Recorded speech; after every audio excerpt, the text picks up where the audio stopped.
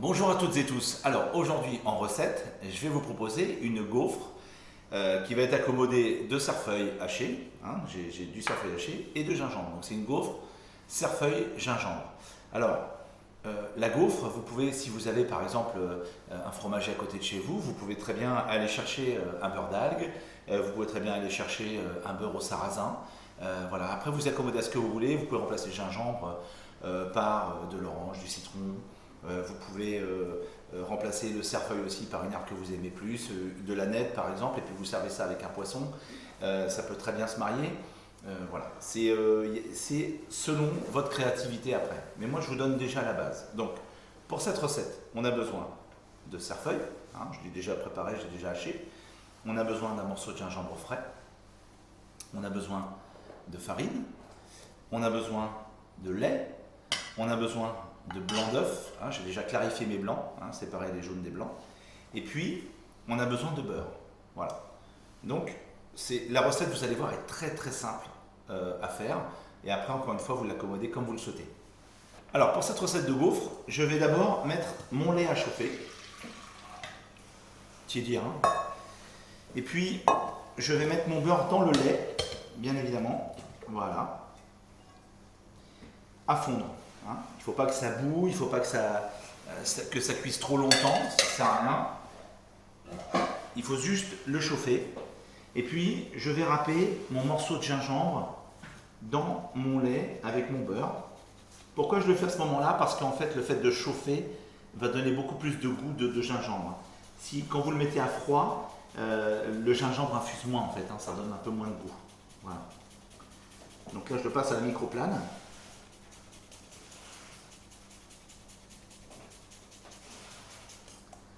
Après, le gingembre, vous mettez ce que vous voulez en quantité. Si vous aimez plus ou moins le gingembre, vous mettez la quantité que vous voulez.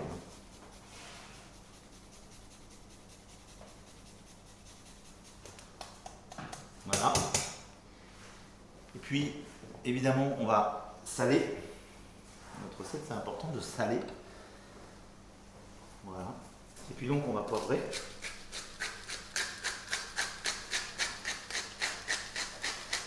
Voilà.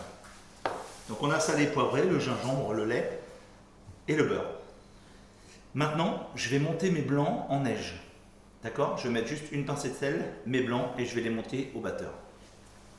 Donc nos blancs sont montés très fermes. Les blancs ont été montés bien bien fermes.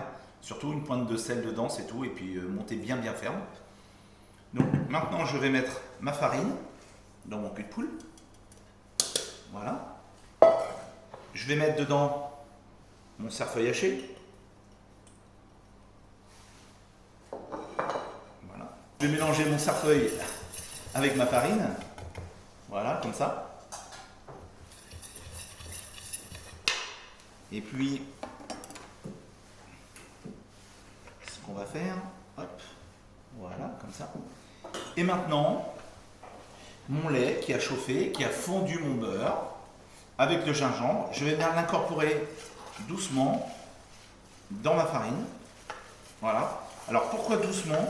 Parce que si vous allez trop vite, ça va faire des grumeaux. Vous voyez? Voilà. Vous voyez, vous venez chercher en fait les bords en fait de la farine que vous ramenez en fait avec le lait. Voilà. Et là, ça ne vous donnera pas de grumeaux. Vous n'aurez pas du tout de grumeaux. Voilà.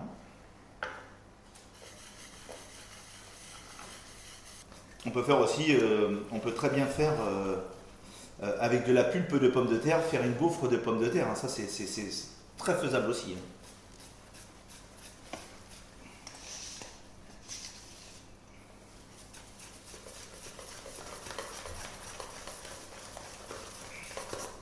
Après, il y a tellement de recettes. Donc là, on a notre appareil. Donc farine, beurre, cerfeuil, gingembre, sel, poivre. Donc notre appareil est assaisonné. Maintenant que ça a bouilli, moi ce que je fais toujours, c'est que je regoute, évidemment. Je regoute tout le temps pendant mes recettes.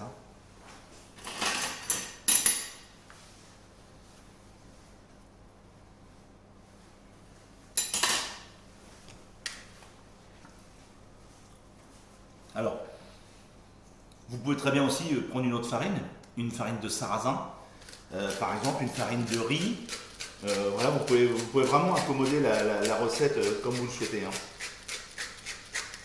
Voilà. Voilà. Et puis donc maintenant, on va venir incorporer nos blancs d'œufs. Voilà.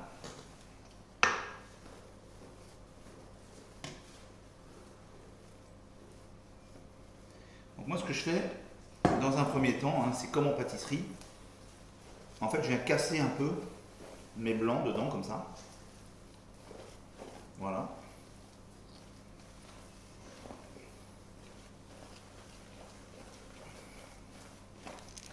Sans trop mélanger non plus, hein.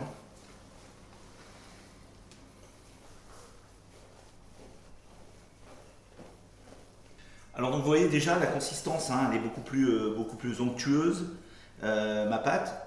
Maintenant, dernière étape, je rajoute la fin de mes blancs.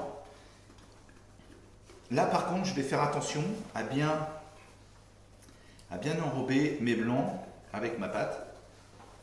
Voilà, avec la base. Voilà. Comme ça. Vous voyez ? Comme pour un soufflé, quand on fait un soufflé, c'est la même chose.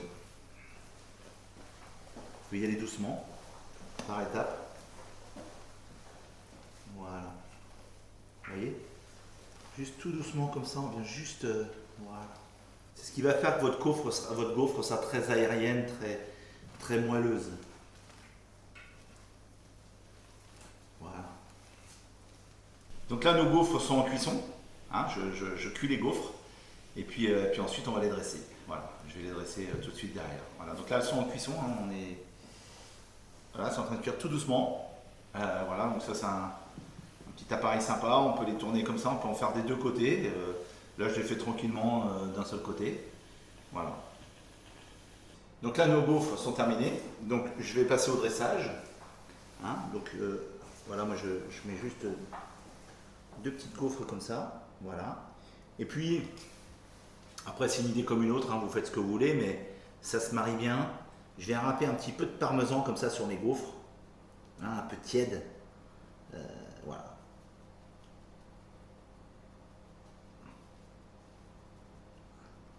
Voilà.